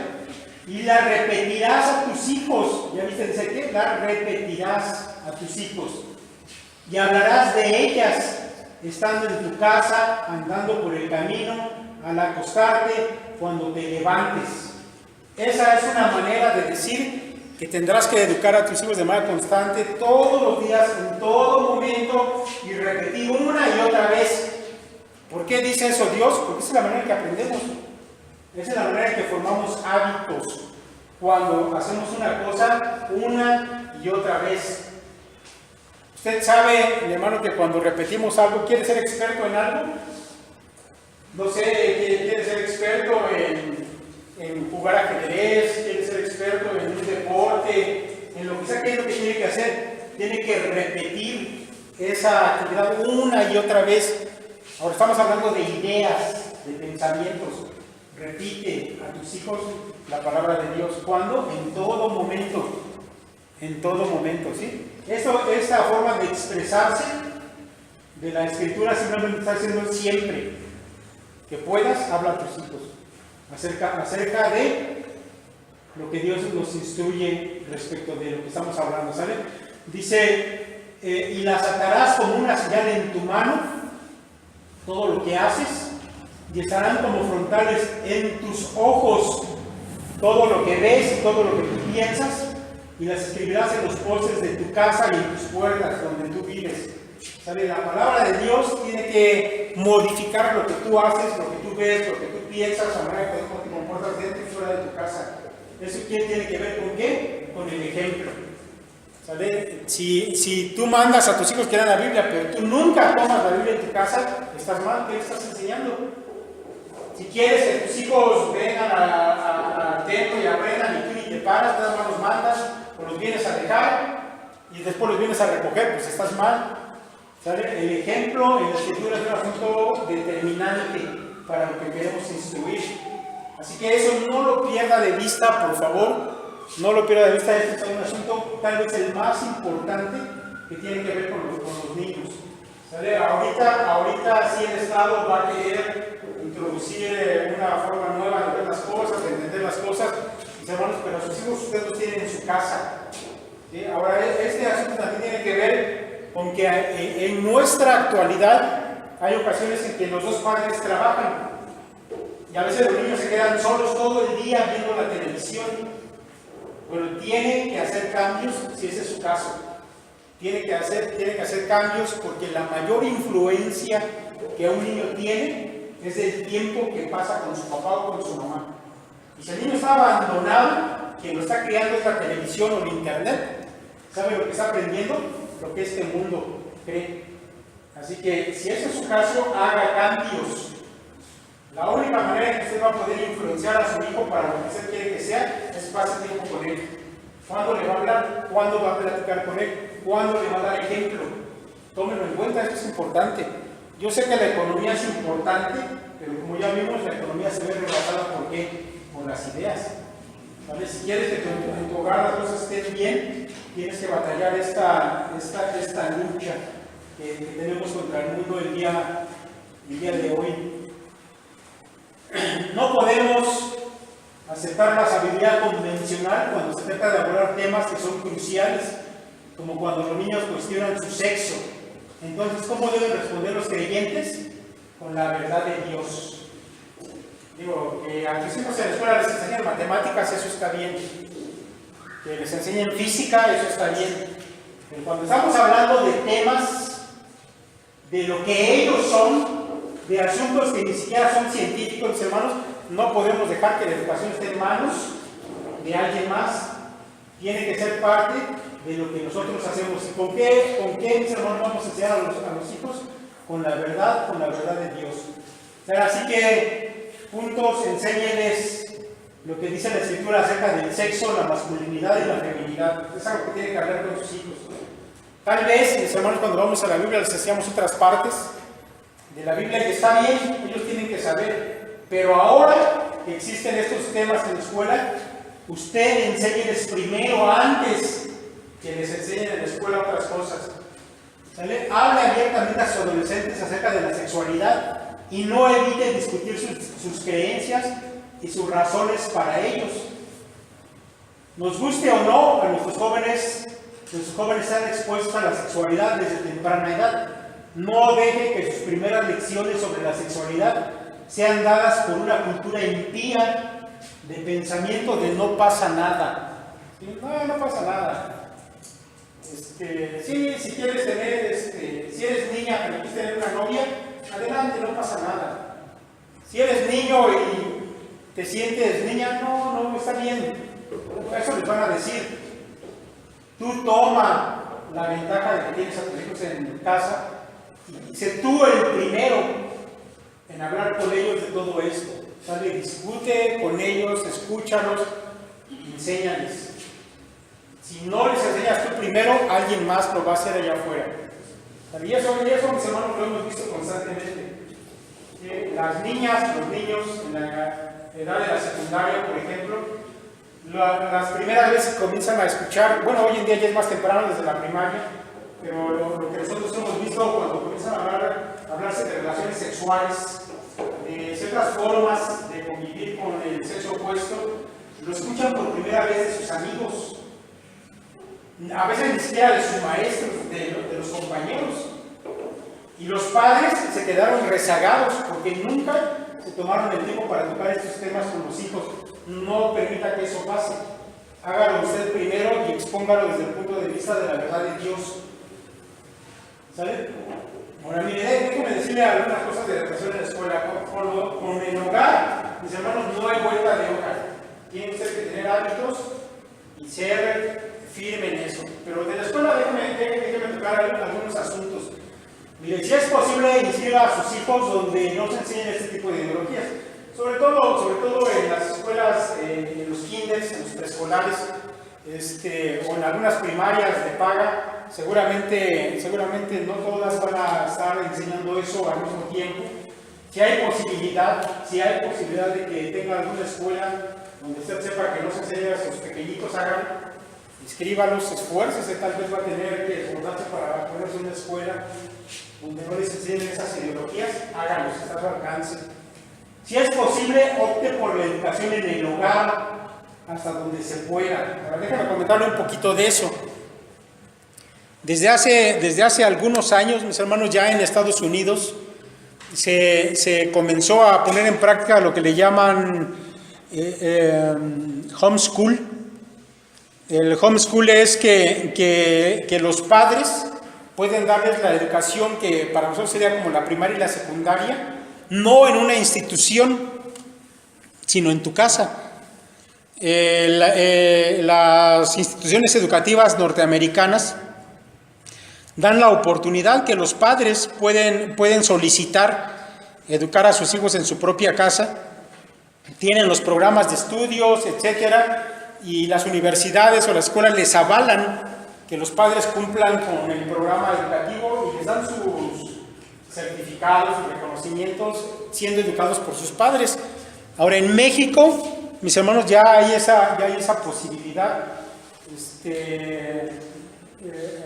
Algunos conocidos y hermanos, no de esta iglesia, anteriormente venían a esta iglesia, pero bueno, después se fueron. Tenemos noticia de que han tomado esta opción. Ellos han educado a sus hijos la educación primaria y algunos la secundaria en su propia casa. Ahora, yo quiero comentarles algo al respecto. Nosotros nos enteramos de esto desde hace, ya un buen tiempo, pero recientemente ha surgido la inquietud, pues, en algunos de nuestros hermanos, y se está investigando la posibilidad, mis hermanos, de que se pueda iniciar un programa donde padres de aquí de la iglesia se pudieran hacer cargo de esto e incluso traerlo aquí al templo. ¿Sale?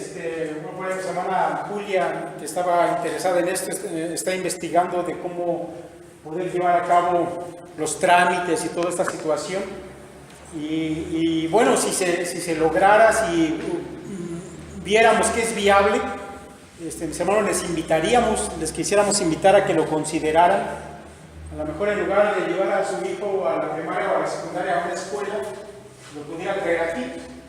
Ya veremos de qué manera nos organizaremos para que recibieran, si es posible, la educación primaria y secundaria aquí. Ahora, yo sé que los programas van a incluir el asunto de la ideología de género, pero va a ser diferente que se les enseñe allá afuera, donde se da como un hecho verdadero, a que desde aquí se les diga, pues mira, el mundo dice esto, pero la Biblia dice esto, ¿no? Entonces, sería muy diferente. Sería bueno que lo consideraran. Si esto se consigue, mis hermanos, pues sí les vamos a invitar, no sé incluso cuántos estarían dispuestos a traer a sus hijos más bien acá que llevarlos allá.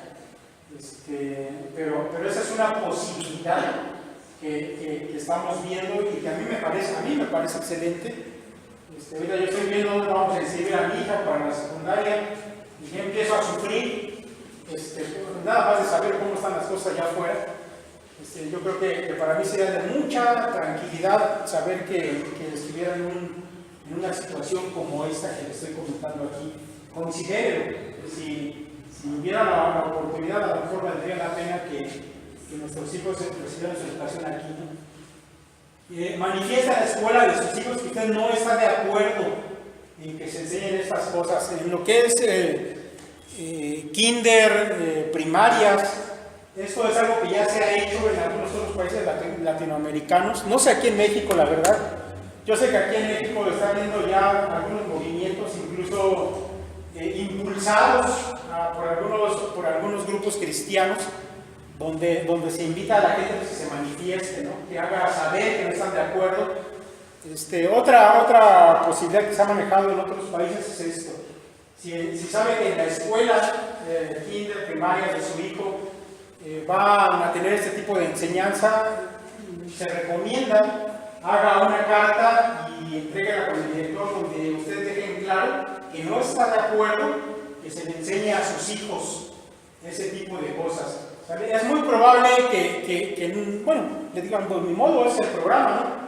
Se va a tener que enseñar, pero mis hermanos, sí es importante por lo menos hacer saber que no estamos de acuerdo con eso, que si se instruye al niño con esas ideas, en casa nosotros le vamos a decir que eso no es verdad. ¿Por qué? Porque sí tenemos, mis hermanos, que manifestar pues que vamos en contra de las mentiras y que nosotros vamos a tomar una posición de verdad, ¿sale? Aunque se enseñen esas ideologías en la escuela a los jóvenes, pueden mantener una idea clara de lo que es verdad y lo que no lo es, si se les ha instruido correctamente. ¿Sale? Tal vez, mis hermanos, ya en lo que viene siendo la educación media superior y superior, nuestros hijos pues no vamos a poder evitar que se les enseñe este tipo de cosas, pero si usted les ha instruido correctamente, como lo hemos manejado anteriormente, ellos no van a tener problema para diferenciar lo que es verdadero de lo que es falso, ¿sí? Pero otra vez, el asunto importante es la instrucción. Ahora, hay un ejemplo en la Biblia que a mí me parece interesante, el caso de Naamán, y se lo voy a platicar ahorita.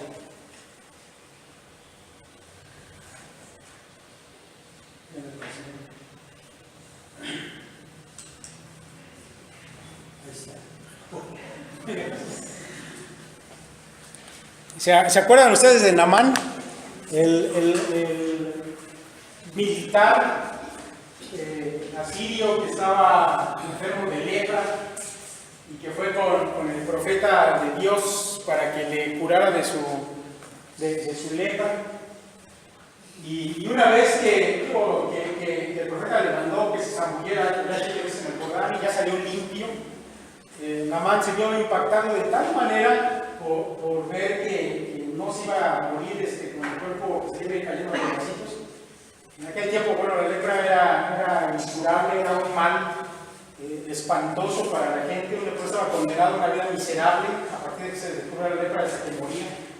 Así que aquel hombre, cuando es sanado por el profeta, bueno, está tan agradecido y agradecido con Dios que incluso le dice al profeta: déjame que me lleve unos costales de tierra de aquí de Israel, para que cuando llegue a mi nación, esa tierra la ponga allí, y en tierra israelita yo adore a Jehová, porque yo reconozco que Él es el verdadero Dios, no los dioses que adoran en mi pueblo, sino Jehová.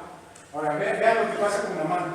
Entonces Naamán dijo: te ruego pues, de esta tierra no se dará a tu siervo la carga de un par de mulas, porque le digo, se quería llevar tierra de ahí, ¿no? Dice: porque de aquí en adelante tu siervo no sacrificará holocausto, ni ofrecerá sacrificio a otros dioses, sino a Jehová. Pero Naamán tenía un problema. Dice: en esto perdona Jehová tu siervo, que cuando mi señor el rey entrara en el templo de Rimón era un dios de la cultura asiria, estaba ligado a los asuntos de la fertilidad, y el rey obviamente adoraba a aquel dios, y él, como el general del ejército asirio, era parte de la guardia de aquel rey.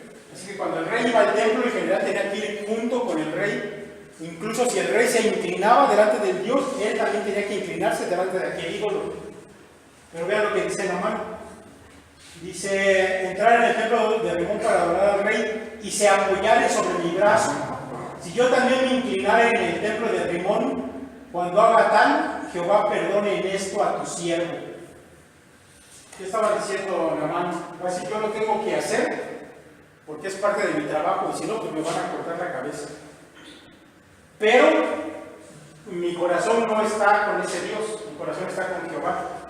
Así que de una vez le decía al profeta: Jehová perdone que yo haga esto. ¿Cuál es la respuesta del profeta? Y él le dijo: ve en paz. Se fue pues y caminó como media legua de tierra, y él dijo: ve en paz. Dicen los comentaristas que ese ve en paz podría significar: ok, estoy de acuerdo, haz así como dijiste. O la otra interpretación es que el profeta no le dijo ni está bien ni está mal. Si decidas hacerlo así, hazlo. Ahora, ¿qué quiero yo decirles con esto, mis hermanos?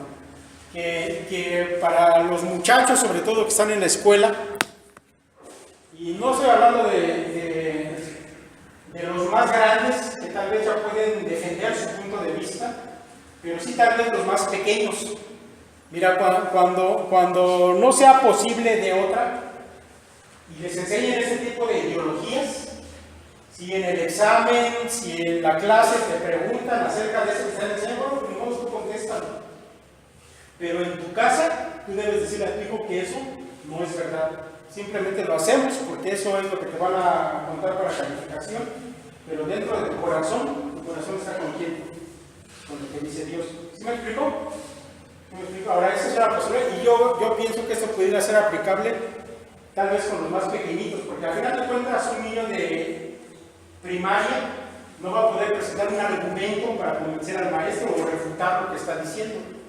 Así que bueno, hijo, pues te van a decir que en el examen le pongas ahí que es género, pues ponle. Pero tú sabes que eso no es verdad. ¿Sabes? Eso es lo que hizo Naamán cuando se le presentó esta situación. Pero, mis hermanos, también está el otro asunto. con los más grandes que pueden ya exponer un punto de vista y defenderlo, yo creo que el asunto debe ser diferente. Le escribía el apóstol Pablo a Timoteo para que, citando, sepas cómo debes conducirte a la casa de Dios, que es la iglesia del Dios viviente, columna y baluarte de la verdad. ¿Qué quiere decir con esas palabras Pablo? Quiere decir que cuando usa la palabra baluarte, un baluarte, mis hermanos, era en los templos paganos, había unas columnas que sostenían el techo y esas se llamaban baluartes, y a veces columnas se utilizaban para pegar anuncios en la parte más alta, o incluso en el ágora de los griegos, del mercado, había columnas edificadas específicamente para poner anuncios para el pueblo.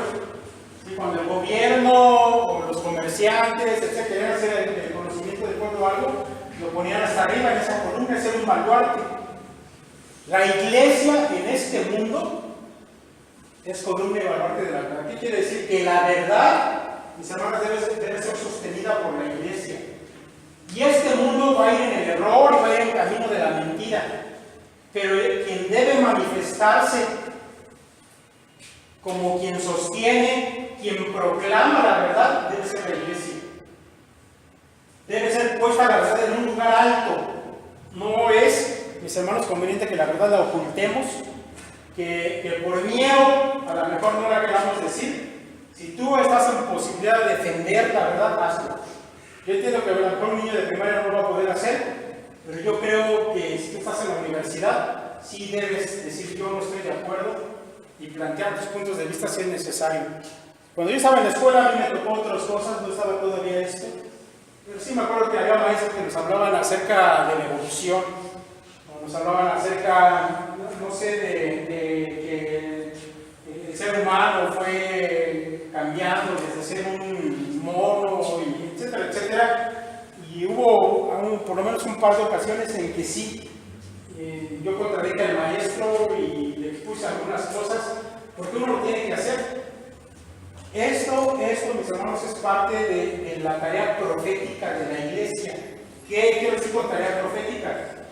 Así como los profetas de la antigüedad, cuando el pueblo iba en el camino del error, en el camino de la perversidad, el profeta se levantaba e iba en contra de eso y lo proclamaba abiertamente. Y déjame decir que a todos los profetas los mataron, a todos los profetas de Dios los mataron por eso.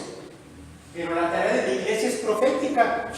Eso quiere decir que tenemos que levantar nuestra voz cuando hay oportunidad de decirlo. ¿Sabe? Esto dentro del asunto de la escuela, yo sí les recomiendo, jóvenes, si estás en esa posibilidad, hazlo, no te quedes callado. El caso de Naamán, yo creo que lo podemos aplicar a los más pequeñitos, pero el caso de lo que Pablo dice a Timoteo, para mí eso es lo que deberíamos hacer, simplemente porque es tarea de la iglesia. El mundo va a marchar en error, a menos que tú alces tu voz y de alguna manera cumplas tu papel de luz y de sal. ¿Se acuerdan qué significa ser luz? Pues alumbrar en medio del error con la verdad. Y la sal, mis hermanos, en la antigüedad se utilizaba como conservador.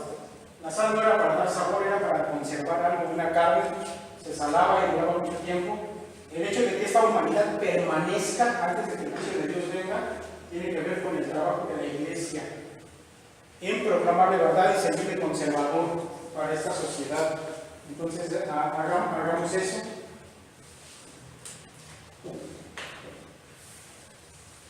Gracias. Y por último, el asunto de cómo debemos comportarnos en medio de la sociedad. Déjame decirle que he escuchado durante meses la manera en cómo algunos grupos cristianos están reaccionando ante la ideología de género. Hay grupos de cristianos que van a marchas, que cuando hay alguna noticia de que se va a proponer algo para que se admita como una ley, se organizan y van a marchar. Estaba escuchando la otra ocasión a una persona que criticaba a la iglesia, porque la iglesia es un grupo de gentes, o hay iglesias, grupos de gente que son pasivos, que deberían estar yendo a las marchas, que deberían estar exigiendo a los políticos que deberían haber formado ya un partido político para exigir que esto no se lleve a cabo. Y incluso hay una persona que estaba escuchando en la red de manera molesto, porque la iglesia no entraba en la política para defender a la sociedad del asunto de la ideología de género. Pero cuando yo voy a la Biblia, mis hermanos, simplemente no encuentro ninguna parte donde se hable de que la iglesia debería participar en política, debería ir a marchas. Yo encuentro en la escritura que tanto los profetas como el tiempo del Nuevo Testamento, los apóstoles y Jesús mismo nunca apelaron al asunto de la política. O Jesús dijo, bueno, ¿por qué a sus discípulos, por qué no hacemos una marcha para protestar en contra del Imperio Romano? Él no hizo eso. Él tampoco recomendó que la iglesia se involucrara en los asuntos del gobierno para cambiar la manera de vivir de aquel tiempo. A lo mejor podría haber hecho en contra de la esclavitud, en contra de la idolatría, de esta manera, pero la Biblia no nos muestra eso. Ahora, yo creo, mis hermanos, que simplemente no nos muestra eso por una simple razón, porque los asuntos políticos son de este mundo, la iglesia no es de este mundo. La política es la manera en que el mundo intenta sobrellevar la manera en que una sociedad se rige, pero es una manera, un método mundano, no corresponde a la iglesia. La iglesia tiene otras herramientas. Si un cristiano se mete en estas cosas, de alguna manera, mis hermanos, va a salir manchado. Es como aquel asunto cuando el apóstol Pablo y Silas llegaron allá a Filipos, y aquella muchachita que estaba endemoniada iba detrás de ellos, ¿se acuerdan? Y decía que estos hombres son siervos del Dios Altísimo, escúchenlos, estos hombres son siervos. Y allí iba atrás de ellos todo el día, hasta que dice la escritura que Pablo se volvió y le sacó el demonio que tenía. Y entonces sus patrones se enojaron, ¿no? Porque ese demonio les servía para adivinaciones. Y a veces uno se pregunta por qué Pablo se enojó. Les iba haciendo propaganda. A lo mejor hasta lo había utilizado, ¿no? Para que la gente se enterara de que ellos iban a hablar de Dios. Pero ¿saben por qué Pablo liberó a aquella niña y dejó de hacer eso? Porque si el apóstol Pablo hubiera permitido que la niña siguiera con eso, lo iba a identificar a él con qué, con un asunto ocultista, demoníaco. Cuando la iglesia se junta con este mundo, aun cuando sea para buenas causas, termina identificándose con el mundo. Nosotros no podemos hacer eso, ¿sale? Así que yo no creo, mis hermanos, que el camino correcto sea métete a la política, ir a marchar, no permitas que la ideología de género entre a... Eso no va a cambiar nada. La política es de este mundo, desde abajo. A nosotros, ¿qué nos toca? Predicar la verdad. Ese es el método que Jesús usó. La única manera de cambiar al hombre es a través del poder de Dios llevado por medio de la predicación a la gente de este mundo. Aún cuando desde el gobierno hubiera algunos cambios, el corazón del hombre no cambia, pero el evangelio sí cambia el corazón de la persona. Esa es la situación. Si las ideas de las personas son contrarias a la verdad revelada en las Escrituras, es nuestro deber anunciarlo. Pero siempre tenemos que recordar la situación de la otra persona. Cuando enfrentamos a un no creyente, tenemos que recordar que nuestro objetivo no es demostrar que tenemos razón, sino que la otra persona pueda creer en el evangelio. ¿Sabe? Cualquier guerra que ganes tú en el plano de las ideas, a través de debates, de marchas, de partidos políticos, eso no cambia nada. ¿Por qué? Porque la otra persona está muerta. Y Él os dio vida a vosotros cuando estabais muertos en vuestros delitos y pecados, que dice, siguiendo la corriente de este mundo. La corriente de este mundo es esas modas, filosofías, corrientes de pensamiento. ¿Y cuál es la receta para ir en contra de eso? Para cambiar a una gente que va en esas corrientes, en esas modas. Solamente hay una forma. Él os dio vida a vosotros cuando estabais muertos. No vas a poder solucionar nada porque la gente de este mundo espiritualmente está muerta. Ellos van a marchar en esto de manera normal. Para ellos es lo normal. La única manera de impactar a la sociedad es a través del evangelio. Y Pablo eso es lo que dice. Nuestras armas son espirituales. Y mediante esas armas podemos destruir fortalezas. ¿Saben de qué está hablando Pablo? De las ideas. No está hablando de ir contra los demonios, de echar fuera demonios, carismáticos, no está hablando de eso. Cuando él habla de las armas espirituales, está hablando de las armas del evangelio, de la verdad, de la predicación, porque esa es la única forma de llevar cautivo el pensamiento de los hombres hacia Dios. ¿Sabe? Así que en la sociedad, mis hermanos, la iglesia debe llevar adelante su tarea profética, decir la verdad, mantener la verdad en contra de la mentira, predicar el evangelio. No hay de otra.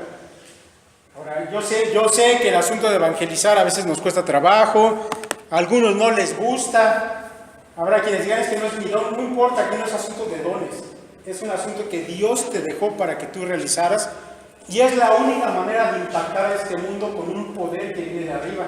Todo lo demás solamente será un esfuerzo humano. Mis hermanos, tenemos que redoblar nuestro esfuerzo en predicar la palabra de Dios. No hay de otra, ¿sale? Entonces, simplemente recapitulando, mis hermanos, en el hogar, la educación y la instrucción para los hijos de manera constante, hábitos. En la escuela, mis hermanos, pues si es posible, lo más que puedas resguardar a tus hijos de esa enseñanza, hazlo. Ya les daremos noticias, si es posible más adelante, que incluso te traigas a tus hijos a la escuela de padres aquí, sería mejor. Si no tienes otra con los niños, bueno, pues aplica el método de Namán. Pero si es posible, mi hermano joven, que presentes, que haces tu voz para decir la verdad, hazlo. Dios te va a ayudar en esa parte. Bien, mis hermanos, vamos a dejarle por hoy hasta aquí con la instrucción, con estas recomendaciones.